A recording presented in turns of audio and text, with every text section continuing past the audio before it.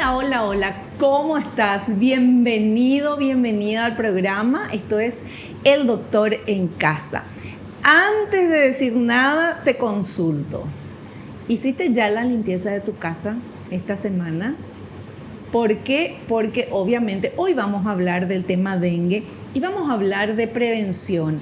Y la prevención está en nuestras manos, es lo que dice nuestro título y es lo que sabemos. Y tenemos que prevenir. Hay muchas maneras de prevenir, vamos a hablar del tema con nuestra invitada, pero la mejor prevención es obviamente mantener todos los lugares cercanos a nosotros, en la casa, en la oficina, donde sea, limpios, sin agua, para que no se puedan reproducir este mosquito que nos trae el dengue.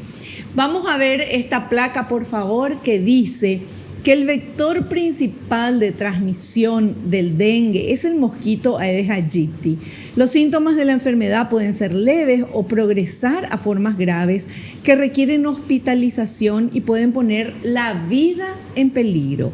La mejor forma de prevención es la eliminación de posibles criaderos de mosquitos, el uso del repelente y la adopción de toda medida que minimice la posibilidad de contagio. Este es el tema de hoy. Invitamos a una experta y voy a presentarla. Ella es la doctora Viviana de Gea, es médica especialista en microbiología y parasitología, especialista en control de infecciones y epidemiología, directora de la Dirección de Vigilancia de Enfermedades Transmisibles del Ministerio de Salud Pública. Está con nosotros la doctora Viviana de Gea. ¿Cómo está, doctora? Bienvenida al programa. Muchas gracias por la invitación y por darnos siempre el espacio de poder transmitir información a la teleaudiencia y a la ciudadanía, información importante para la prevención, como bien mencionaste. Así mismo. Bueno, y nosotros agradecidos por el tiempo, doctora, porque sabemos que tenés muchísimo trabajo, mucha responsabilidad. Para nosotros es un gusto y es un honor que estés acá con nosotros, y sobre todo porque vamos a la fuente y sabemos que lo que vos nos decís es lo que está científicamente aprobado, es lo que se decidió que se tiene que hacer acá en el mundo y en nuestro país también, porque venís representando justamente al Ministerio de Salud. Así es. Bueno, ¿y cómo estamos con el tema dengue, doctora? ¿Qué tenemos que hacer? Todas las preguntas juntas te quiero hacer. Bueno, nosotros estamos todavía en el periodo epidémico. Típicamente en nuestro país, prácticamente, como mencionamos siempre, es un país endémico para dengue. ¿Qué significa eso? Es esperable que haya casos durante todo el año, pero tenemos épocas bien diferenciadas donde vamos a tener un aumento de casos. Y eso tradicionalmente ocurre a partir de los meses de octubre, noviembre, y llegan hasta marzo, abril, y va disminuyendo sin llegar a desaparecer del todo. Entonces, en esta temporada epidémica, que empezamos un poquito antes, empezamos en el mes de septiembre del 2023, tuvimos realmente la mayor cantidad de casos en el mes de enero y febrero. Todavía parece precoz hablar de una disminución. Sí, seguimos teniendo casos de pacientes con sospecha y casos confirmados de dengue, pero estamos todavía en pleno periodo epidémico. Las barreras que una persona puede usar para que no te pique el mosquito puede ser, además de la limpieza, no sé, poner en las casas, en las ventanas, esto que se pone para que no entren los mosquitos, no me viene la palabra. Las mallas metálicas. Tela metálica. Usar repelentes. ¿Qué más podemos hacer, doctora? Bueno, como mencionaste al inicio, es súper importante no solamente mantener limpia la casa, sino que evitar la generación de criaderos de los mosquitos. ¿Y qué son? Son cualquier tipo de recipiente donde se pueda acumular agua y el mosquito... la mosquita, ¿verdad? La mosquita hembra pone los huevos en este recipiente porque requiere el agua para esto, y rápidamente eclosionan los huevos y salen los mosquitos adultos ya, que son capaces de transmitir la enfermedad si pican obviamente a un enfermo y luego pican a una persona sana, ¿sí? ¿Y qué pasa con estas altas temperaturas? Estas altas temperaturas acortan el tiempo de eclosión de estos huevos. En vez de hacerlo en 7 días, lo hacen en 4, 5 días más rápido. Entonces, como que nos obliga un poco a estar más pendientes de los criaderos que pudieran haber en nuestro entorno. O sea que eso de una vez a la semana limpiar, ahora tenemos que limpiar la casa siempre, pero buscar estos criaderos de mosquitos tiene que ser 2 veces a la semana. Si es posible, nosotros recomendamos una revisión de 10 minutos por día. Diaria. Por ejemplo, algo súper fácil que siempre recomendamos es el recipiente de agua de nuestra mascota, por ejemplo. No solamente cambiar el agua, porque a veces se quedan los huevitos pegados y nosotros no lo vemos, sino que pasarle un pañito, una esponjita y ahí refrescar el agua también, ¿verdad? Tener en cuenta que nuestras mascotas sufren el calor igual que nosotros. Entonces es bueno que a la vez que le refrescamos su agüita, hagamos esa verificación y esa limpieza de ese recipiente, por ejemplo. Eso es diario. Perfecto. Bueno, ya me adelanté a todo lo que vamos a hablar en el programa, pero hay mucho más. Hacemos un corte y volvemos ya.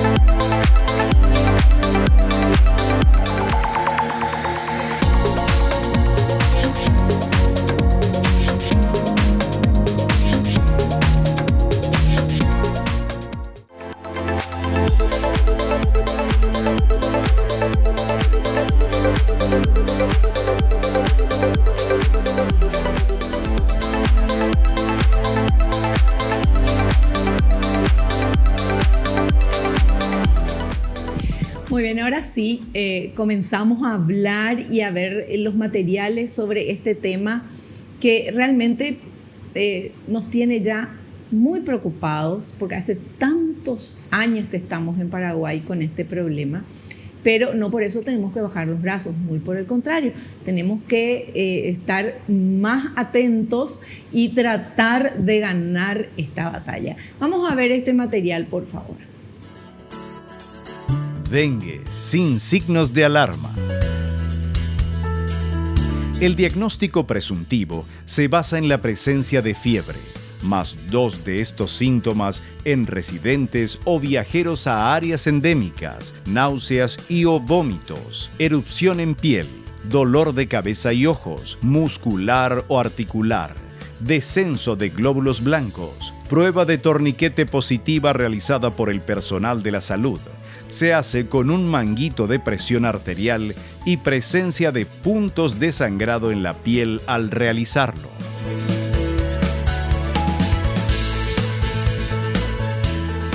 ¿Está correcto eso, doctora? Está correcto. Porque puede haber dengue sin ningún signo. Claro, lo que nosotros hablamos del dengue clásico, que digamos va a cursar como una enfermedad viral, como cualquier otra enfermedad viral que tiene manifestaciones generales como lo que mencionaste, fiebre, dolor de cabeza. Típicamente aparece el dolor detrás de los ojos. Algunos pacientes dicen, me arden los ojos, doctora, te dicen, ¿verdad?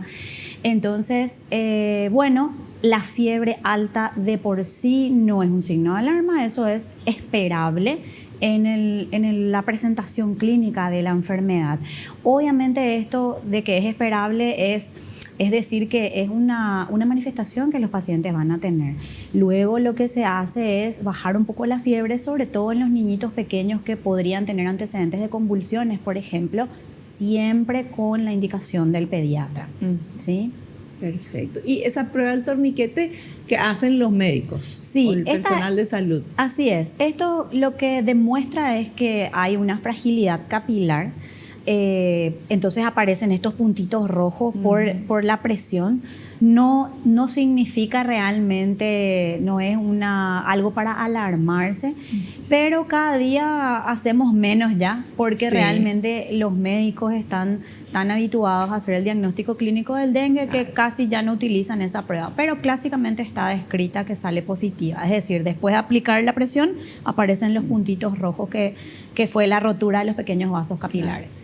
Doctora, ¿hace cuánto que estamos con el tema de dengue en Paraguay? Y realmente es una enfermedad que ingresó Inicialmente había zonas del país donde no había, pero ya hoy, como mencionábamos antes, es endémica, pero ya tenemos más de 20 años de introducción de la enfermedad en el país. Y bueno, probablemente vamos a seguir teniendo porque por las características climáticas de nuestro país es difícil que podamos eliminar del todo la proliferación de los mosquitos. Sí, tanto es así, doctora, que mucha gente en varios años anteriores, tal vez este año también, agencias de turismo del exterior decían que no recomendaban Paraguay porque teníamos dengue, por ejemplo, y nosotros vivimos acá, ¿verdad? Pero hasta ese nivel. Bueno, lo que pasa es que sin entrar en hablar o debatir sobre lo que es el cambio climático, porque eso es algo mundial, muy complejo, ¿verdad? Pero sí hay alertas mundiales de que todo lo que viene a consecuencia del cambio climático va a hacer que, por ejemplo, países que tenían temperaturas más bajas, donde las condiciones para la proliferación del mosquito no son tan aptas, hoy en día, con la elevación de la temperatura, ellos pueden llegar a tener. Entonces, ¿qué pasa si una persona, por ejemplo, de un país donde no hay una transmisión local, viene a Paraguay en determinados momentos o algún otro país de la región, vuelve a su país y entonces, al haber el mosquito vector, puede empezar a haber una circulación también local? Entonces, determinadas regiones hacen eso, sobre todo esas alertas a sus ciudadanos, sobre todo en momentos donde tenemos picos o donde tenemos una circulación viral más elevada. Sí, tal cual.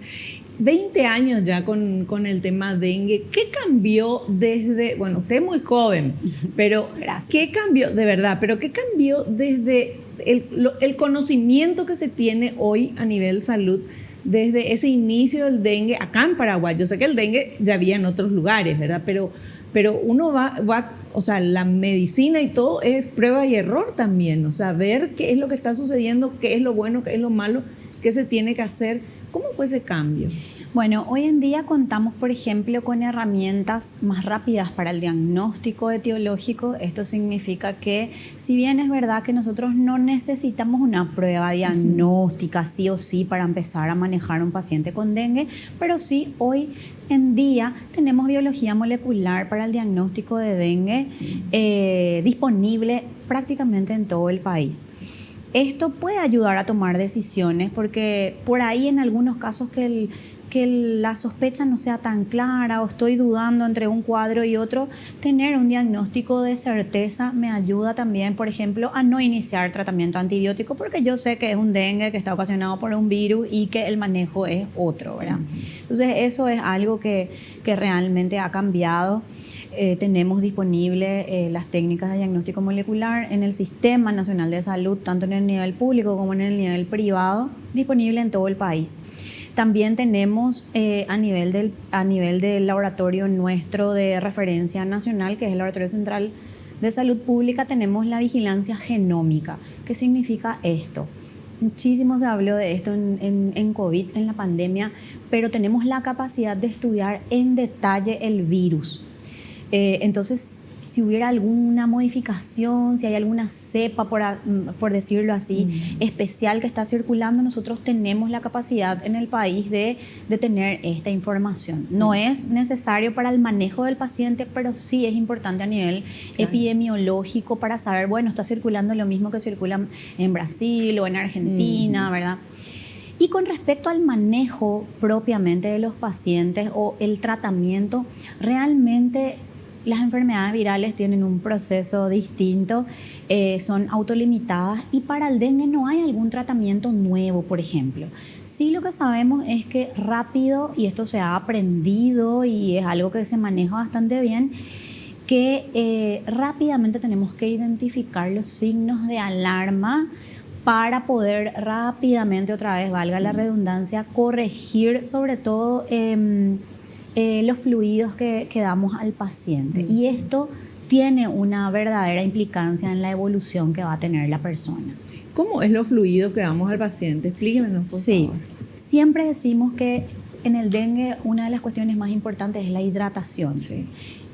La persona que está en su casa puede beber líquido, pero debe beber en cantidades importantes. Y tenemos que estar seguros que todo lo que entra sale, ¿verdad? Así como ingerimos, tenemos que también eliminar a través de la orina. ¿Qué pasa en aquellos pacientes que están ya con algún signo de alarma y están internados en un hospital? Probablemente necesiten recibir estos fluidos por suero, ¿verdad? Sí. Por vía intravenosa. Entonces hay que estar monitorizando constantemente, porque lo mismo que hacemos en casa vía oral tenemos que asegurarnos de que estemos haciendo en el hospital. Y esto es algo que se ha aprendido bastante bien en el transcurso de todos estos años, que esa es la clave del manejo de los pacientes. Yeah. Además, la hidratación es la clave en todo, porque uno tiene cualquier cosa, no solamente dengue, y te vas al hospital, al sanatorio, y si te tienen que internar, lo primero que hacen es ponerte el suero para hidratarte, porque el cuerpo evidentemente está muchas veces deshidratado, ¿verdad?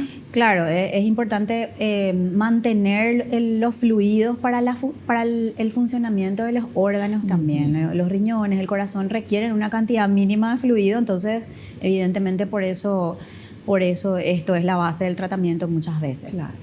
Bueno, vamos a seguir hablando con nuestra invitada, pero hacemos un pequeño corte. Volvemos enseguida y vamos a hablar del dengue con signos de alarma, vamos a hablar del dengue grave y obviamente también siempre vamos a hablar de prevención. Volvemos ya.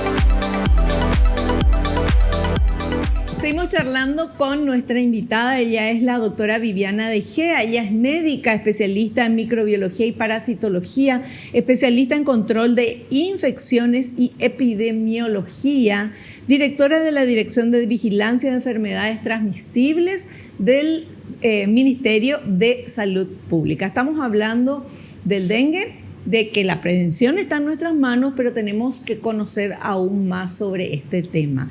Y en el bloque anterior nos habló la doctora del dengue sin signos de alarma.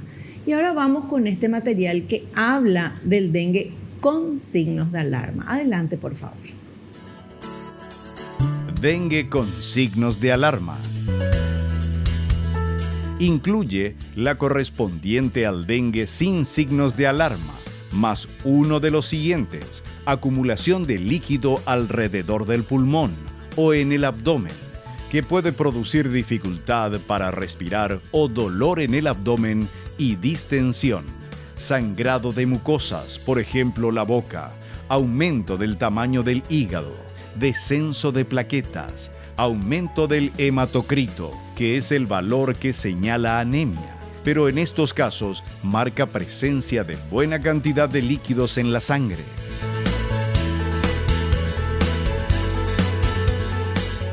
Explícanos, doctor. Bueno, nosotros lo que estamos viendo dentro de todo este espectro de signos de alarma es que uno de los que aparece con mayor frecuencia es el dolor abdominal o dolor de panza. Entonces, es muy importante que esto lleve a la consulta oportuna a la persona, ¿sí? Porque, como habías mencionado antes, como estuvimos charlando antes, hay ciertos síntomas o signos que van a aparecer en las personas y eso, bueno, es parte del cuadro, como por ejemplo estar con muchas náuseas. Lastimosamente, las náuseas van a ser parte de la enfermedad.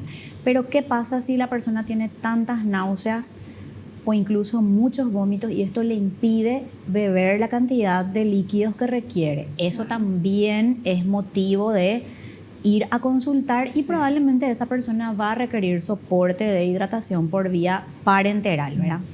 Entonces, te decía lo del dolor abdominal o el dolor de panza, porque a veces la persona dice, no, yo estoy bien, me duele nomás la cabeza, pero puedo tomar agua, pero sí, me duele un poco la panza. Ese es un signo de alarma y es el que nosotros vemos con más frecuencia en los pacientes. Y nos relacionamos, doctora, aún hoy nos relacionamos dolor de cabeza o dolor de panza con dengue.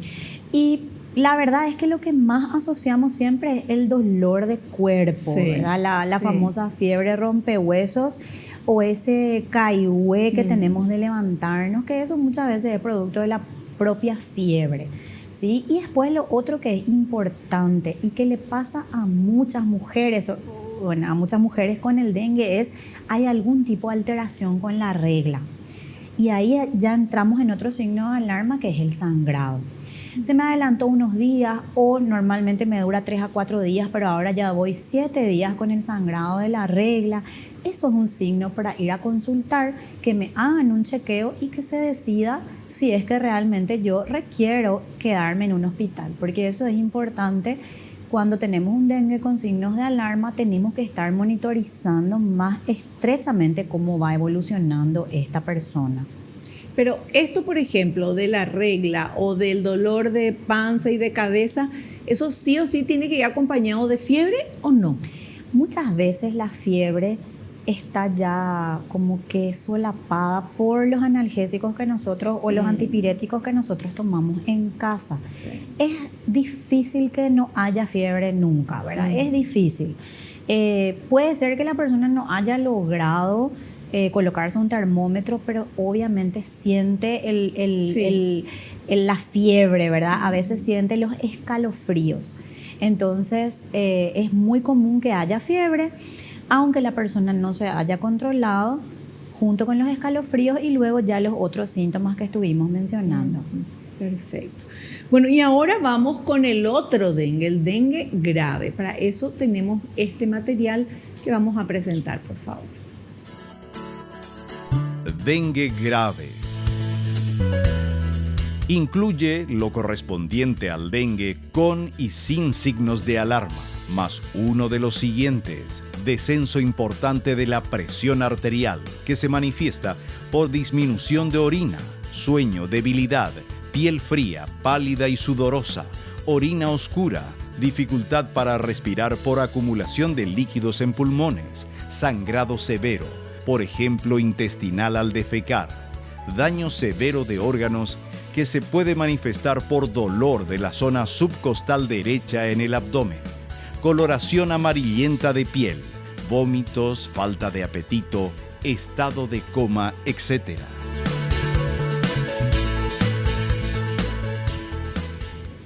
Bueno, el dengue que progresa o aquellas personas que no hemos podido hospitalizar o que el manejo de los líquidos no haya sido adecuado, tiene una progresión, valga la redundancia otra vez, de la enfermedad y puede ya entrar en un cuadro de falla de los órganos, ¿verdad? Por eso es tan importante mantener los fluidos. ¿Qué pasa con el virus del dengue? Dentro de la fisiopatología o de lo que hace el virus en nuestro organismo, es el líquido que nosotros necesitamos para que la sangre circule normalmente. Ese líquido sale de los vasos sanguíneos, a eso se le llama extravasación. ¿Y dónde se va? En lo que estuviste mencionando, se acumula, por ejemplo, entre el pulmón y el revestimiento del pulmón, que es la pleura, o se acumula, por ejemplo, en las paredes de ciertos órganos.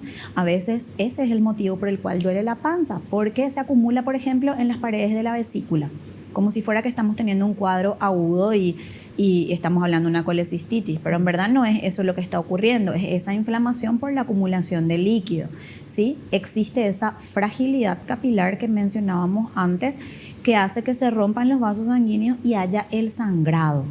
Entonces, si el sangrado es muy importante, puede haber sangrado, por ejemplo, intestinal. Entonces, la persona, además de que perdió líquido, que se escapó de los vasos sanguíneos y se quedó, acumulado en algún lugar, además de eso, la persona está sangrando. Entonces, eso hace que no se pueda mantener la presión arterial y la persona va evolucionando a un cuadro de mayor gravedad. Doctora, el dengue grave pasa solamente si no se atiende al dengue normal y ahí se agrava, o hay ya personas que por la edad o otro tipo de enfermedades que tenga son más propensas y si ya le pica el mosquito su dengue ya va a ser grave. Bueno, es importante también mencionar esto. Sí es verdad que todos los dengues pueden llegar a complicarse, pero la proporción es baja, ¿sí? Pero sí también hay personas que tienen factores de riesgo para hacer esta evolución más grave. ¿Quiénes son estas personas? Niños, por ejemplo, recién nacidos hasta el año de vida, personas mayores de 65 años, por ejemplo, o personas que son jóvenes pero que tienen alguna patología de base. ¿Cuáles, por ejemplo? La obesidad, diabetes y problemas cardíacos de base. Y además, una población muy importante es la mujer embarazada. La mujer embarazada y la mujer que dio a luz o que está en el puerperio. ¿Por qué? Porque es un estado fisiológico de la mujer donde es un poco más vulnerable también a tener ciertos desequilibrios hidroelectrolíticos y esto le hace ser un poco más propensa a tener ciertas complicaciones, ¿verdad? Además de eso, a la mujer embarazada tenemos que monitorizarle estrechamente porque un sangrado en una embarazada podría suponer, por ejemplo, algún tipo de alteración en el bienestar del bebé, ¿verdad? Entonces, sí son estos grupos poblacionales que mencionamos tienen un riesgo mayor de evolucionar a un dengue grave. ¿Qué hace que una persona tenga dengue sin síntomas, otra tenga dengue con síntomas y otra tenga dengue grave? Bueno, y justamente pues, quitando los factores de riesgo que mencionamos, realmente por eso hablamos de los signos de alarma. Cuando el dengue evoluciona, lo más común, digamos, ¿verdad? La mayor proporción de pacientes va a ser un dengue clásico, sin signos de alarma, ¿sí? Digamos más del 80%, casi un 90% de todas las personas van a ser un dengue clásico. Fiebre, dolor de cabeza, un poquito de náuseas y va a pasar. Cuando empiezan a aparecer los signos de alarma, entonces nuestra probabilidad de ir evolucionando hacia un cuadro grave aumenta, ¿sí? Entonces, ¿qué es lo que debemos hacer? Cuando identificamos un signo de alarma, tenemos que hacer los análisis correspondientes y ver, bueno, lo más común es que nosotros necesitemos reponer los fluidos que se perdieron, que según lo que mencionamos están acumulados en algún otro lugar del organismo. Entonces no lo voy a poder hacer yo solo en mi casa, porque es como un balance muy exquisito el que hay que hacer entre... No es tomar nomás mucha agua. Exactamente. Ya cuando tenemos un signo de alarma, porque tenemos que medir estrictamente lo que entra y lo que sale. Claro. ¿Sí? Pero sí, realmente estos signos de alarma son los que nos van a orientar. No es tampoco irreversible. No es que yo estoy en mi casa, tengo fiebre, me duele la panza y me voy a desesperar porque sí o sí voy a hacer un dengue grave. Tampoco significa eso. Pero sí la enfermedad va dando estos niveles de alerta. Perfecto. Hacemos un pequeño corte. Si les parece, volvemos ya.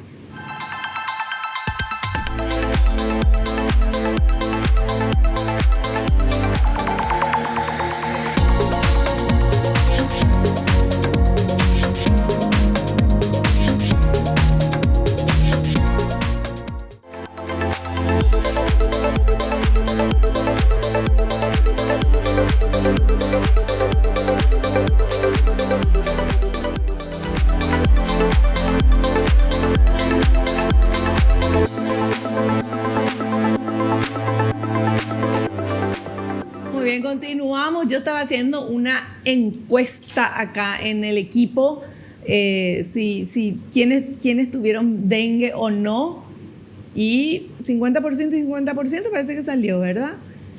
O por lo menos los que no, supuestamente no tuvimos, no nos enteramos, porque estando en Paraguay hace 20 años con dengue,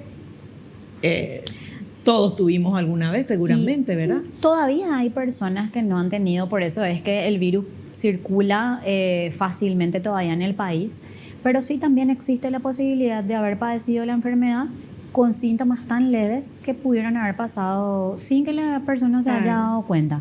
Una semana estuvo un poco más caigüe, no tuvo tanta fuerza para hacer su rutina diaria, pero pasó, digamos. Eso existe también, y justamente eso perpetúa un poco la circulación del virus, porque la persona no es consciente y a lo mejor no toma todas las precauciones para evitar el contagio. Claro. ¿Y hay algún análisis que uno pueda hacerse para saber si tuvo o no tuvo dengue?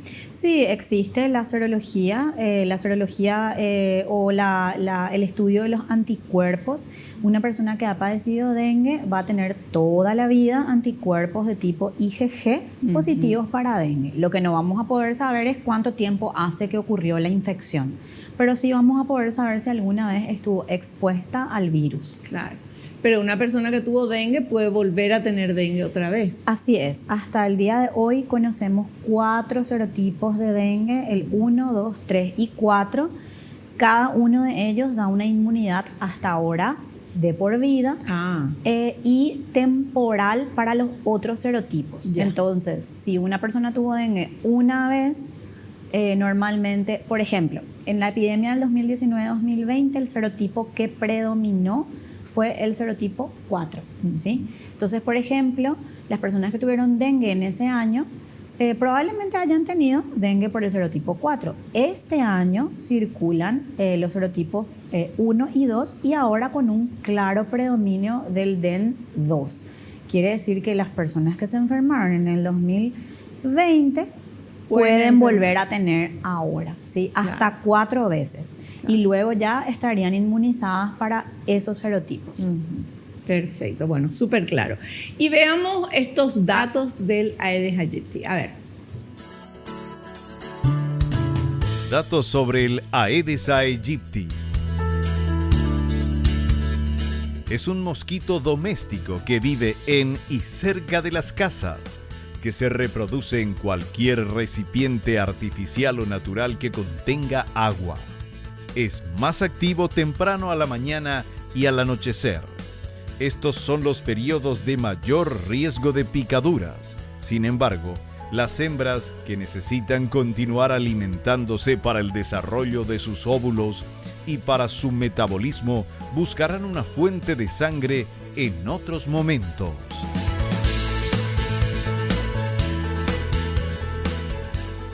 Y sí, los mosquitos pueden picarnos. Realmente, otra de las cosas, volviendo a una de las primeras preguntas que me hacías, ¿qué aprendimos? Sí. Aprendimos eso también, ¿verdad? En el transcurso de estos años que venimos conviviendo con estas epidemias, sabemos que el mosquito nos puede picar casi en cualquier momento del día. Es cierto que tiene esos hábitos y de repente ciertas estrategias de control del mosquito se priorizan a lo mejor a primera hora de la mañana y a última hora de la tarde, pero eso no significa que por la noche no se haya quedado una escondida, por ejemplo, detrás de un mueble, porque los mosquitos, al igual que nosotros, también buscan un lugar fresco porque también sienten la temperatura. Entonces nosotros, con nuestras habitaciones cerradas, ventilador, aire acondicionado, detrás de los muebles, que la temperatura es un poquitito más baja, se quedan ahí y después a la noche, por ejemplo, pueden salir y alimentarse. De nosotros. De nosotros, exactamente. Así es. Entonces, lo que sabemos también de este mosquito es que ellos viven en entornos donde hay seres humanos porque se alimentan de nosotros. Entonces, prácticamente nos van a seguir siempre. Siempre. ¿El frío mata al mosquito? Le dificulta la reproducción, pero tiene que ser una temperatura baja por un tiempo sostenido para que entonces se corte esa reproducción. Nosotros no solemos tener inviernos tan fríos que permitan que haya ese corte, ¿verdad? Por eso decíamos nosotros, en nuestro país esperamos que haya casos prácticamente todo el año. A veces disminuye muchísimo y tenemos poquísimos casos en esos meses de invierno, pero ya casi no desaparecen. Claro, porque casi no tenemos invierno últimamente con todo esto del cambio climático y con todo lo que está pasando, ¿verdad? En el mundo, y que tenemos que ir conociendo, tenemos que tratar de hacer nosotros lo que está en nuestras manos para evitar mayores problemas. Y de eso vamos a hablar y vamos a ver en este siguiente material que vamos a compartir. Por favor. Prevención. Las medidas de prevención pasan por la eliminación o destrucción de los criaderos del mosquito, evitar conservar el agua en recipientes, tapar los tanques o depósitos de agua de uso doméstico, evitar acumular basura, tirarla en bolsas plásticas cerradas y mantenerla en cubos cerrados, destapar los desagües que pueden dejar el agua estancada. Se recomienda el uso de mosquiteros y la instalación de mallas antimosquitos en puertas y ventanas de las casas. Además, utilizar repelentes y ropa que cubra las extremidades para disminuir las posibilidades de picaduras.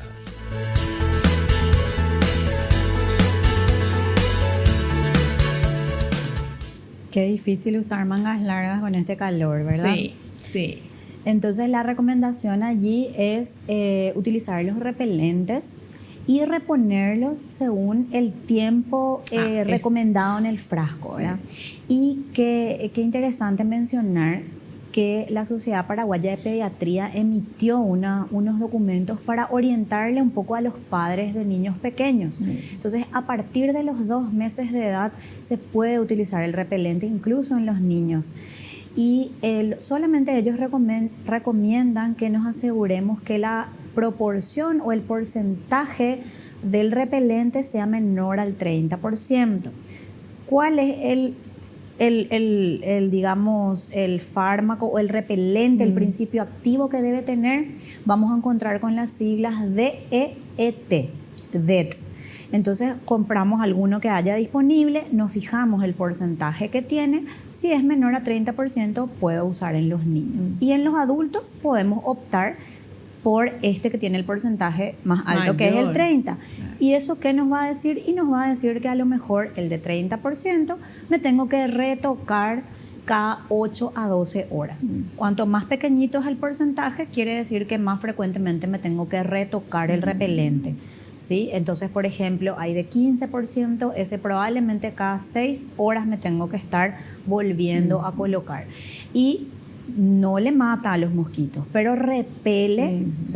No te quiero mentir con el mecanismo específico, pero le ahuyenta a los mosquitos por el olor un poco que desprende. Entonces estamos a salvo de esas picaduras. Sí. ¿Qué es mejor, repelente en aerosol o en crema?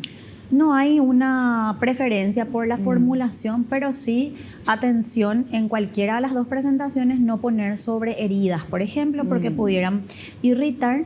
Y a la hora de colocarle a los pequeñitos, tener cuidado, poner primero por las manos de los padres y después aplicar. No directo. No directo. Y atención con aplicarle a los niños pequeños en las manos y en los pies porque se llevan a la boca. Cierto. Sí, pero como decía y quiero repetir, a partir de los 2 meses de edad pueden utilizarse repelente, ¿verdad? Y antes, mosquitero a full. Mosquitero, eso justo iba a decir. Antes de esa edad, la piel y bueno, el bebé todavía está desarrollando un poco su sistema inmune, entonces no podemos aplicar y tenemos que extremar los cuidados con las otras medidas. Mosquitero, las telas metálicas, evitar a lo mejor salir al exterior en épocas epidémicas con los bebés pequeñitos. Sí. Bueno, ¿alguna otra recomendación que nos quiera dar sobre el tema de la prevención, doctora? Bueno, y quisiera reforzar otra vez lo que comentábamos en la casa, ¿verdad? A veces creemos que, bueno, voy a limpiar mi casa está brillante por dentro, por ejemplo, pero nunca me acuerdo de la canaleta. O como te decía antes, el bebedero del perrito. O su casita, el que tiene casita, la cuchita de la mascota, o a veces nosotros tenemos dificultades para eliminar ciertos residuos de nuestros hogares. Entonces no nos olvidemos que ese aire acondicionado viejo que dejé ahí en el fondo hasta que me pueda deshacer de él, tengo que darle una miradita porque probablemente ahí se está acumulando, ¿verdad? Yo a lo mejor corto mi pasto, mis flores están perfectas, pero ahí en el fondo donde dejé... Donde no se ve. Donde no veo normalmente, o el juguete de los chicos, o qué sé yo, estoy acumulando cuestiones hasta que pueda llevar a un lugar hasta su destino final. No le miro mucho y ahí se está acumulando a lo mejor agua y está haciendo un foco de criadero de mosquitos. Interesante, muy importante eso. Hacemos un pequeño corte, si les parece, volvemos ya.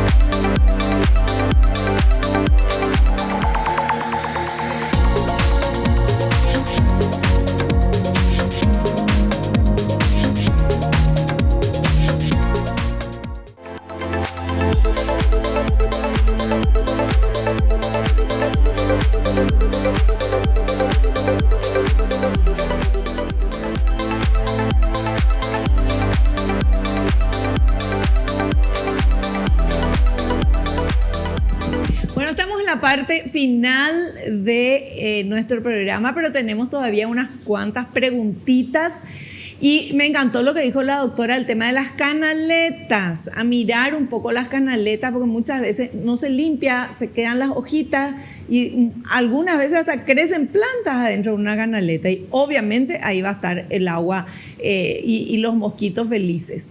Bueno, ahora en esta parte, doctora, nosotros, yo te voy a ir mostrando las preguntas que la gente hizo, que quieren saber. A lo mejor durante el programa ya se habló del tema, pero sin embargo es importante volver a reiterar. Y nos envían las preguntas y todo en nuestras redes sociales de El Doctor en Casa. Vamos con esta primera pregunta, por favor. Si una embarazada tiene dengue, ¿puede producir consecuencias en el bebé? Sí. Justamente comentábamos esto, ¿verdad? A la embarazada es un grupo poblacional al que le prestamos muchísima atención y le monitoreamos casi por cualquier evento que ocurra durante el embarazo. Dengue es uno de ellos. Puede ocurrir sobre todo cuando estamos muy cerca de la fecha del parto, que el bebé o se pueda adelantar o incluso al nacer pueda presentar sintomatología de dengue. Entonces las embarazadas también tienen que tener en cuenta el uso de los repelentes y retocarse y si es posible evitar irse, como comentaste por ejemplo que eras voluntaria, sí. en estas situaciones a lo mejor evitar cierta exposición a riesgo, sobre todo cuando estamos muy cerca de la fecha del parto. Fuera de eso, no hay datos que podamos decir de que va a haber secuelas de por vida en el bebé, ¿sí? Pero sí puede ser, recordemos que mencionamos que los grupos que tienen una probabilidad de hacer dengue grave son los recién nacidos y los niños menores de un año. Entonces, hay que cuidarles. Hay que cuidarles, así mismo. Así. Ya va a haber tiempo de sacarles a pasear por todos lados, pero cuando hay este mosquito está dando vueltas por ahí, hay que cuidarlos. Vamos con esta siguiente pregunta, por favor. ¿Qué diferencia hay entre el dengue y la chikungunya? Bueno, son muy diferentes, son dos virus distintos, producen enfermedades distintas, pero el mismo mosquito es el vector de ambas enfermedades. Si bien nosotros el año pasado que tuvimos una intensa epidemia de chikungunya, al inicio nos confundía un poco con el dengue. ¿Por qué? Porque casi todas las enfermedades virales se comportan inicialmente de la misma manera. Fiebre, dolor de cuerpo muchas veces asociada a la fiebre y luego van cada una por su camino. Entonces la diferencia con el chikungunya es que da un dolor mucho más intenso en las articulaciones. Ese dolor en las articulaciones puede durar incluso algunos meses.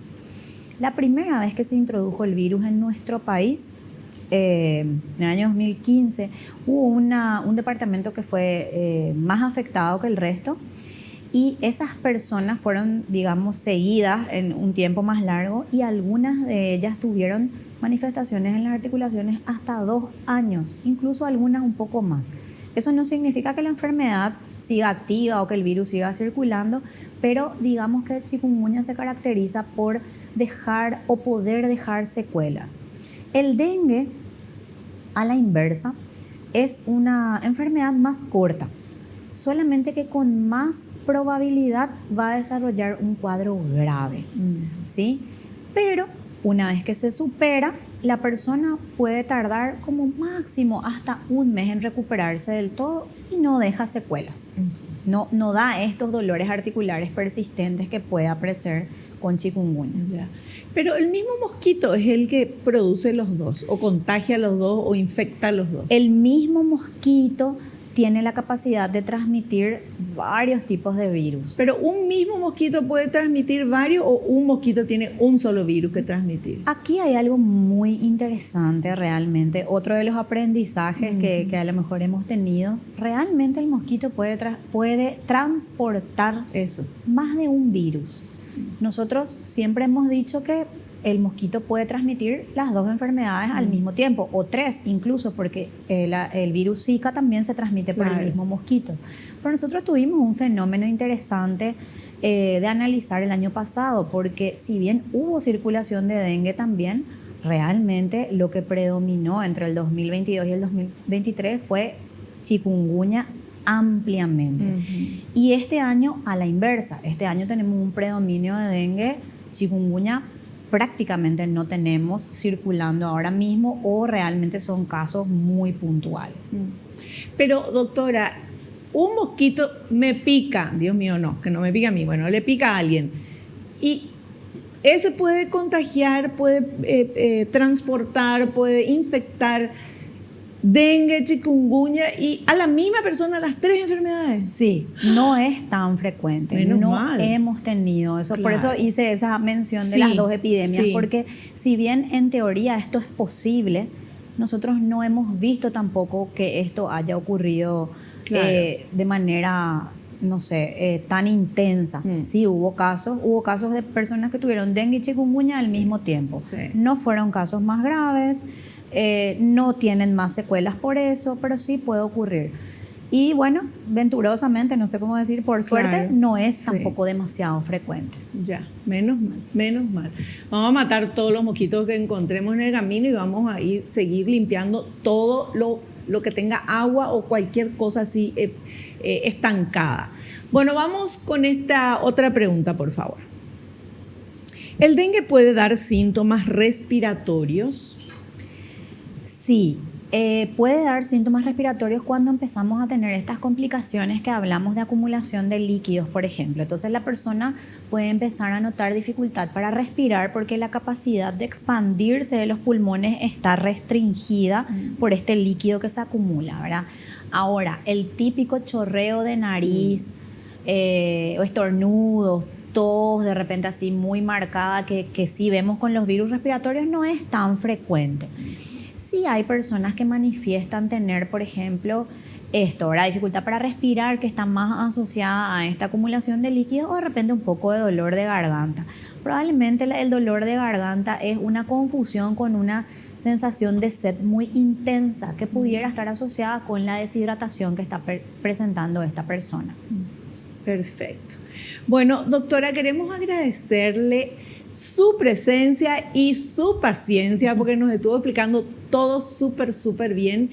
Muchas gracias por estar acá en el programa y bueno, mucha fuerza también por todos el puesto que está ocupando y toda la responsabilidad que esto conlleva. Muchas gracias. Muchas gracias a ustedes y bueno, nosotros disponibles siempre para poder transmitir la información, como decías, de las fuentes oficiales y lo más actualizada que podemos transmitir. Perfecto, y la esperamos en un próximo programa.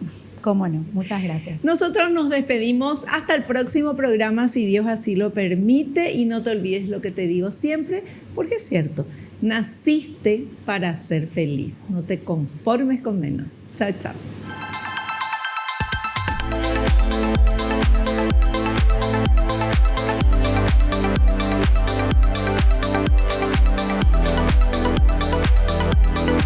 La revista El Doctor en Casa presentó a Vivi Landó en el programa El Doctor en Casa TV. Fue una realización de Alicante.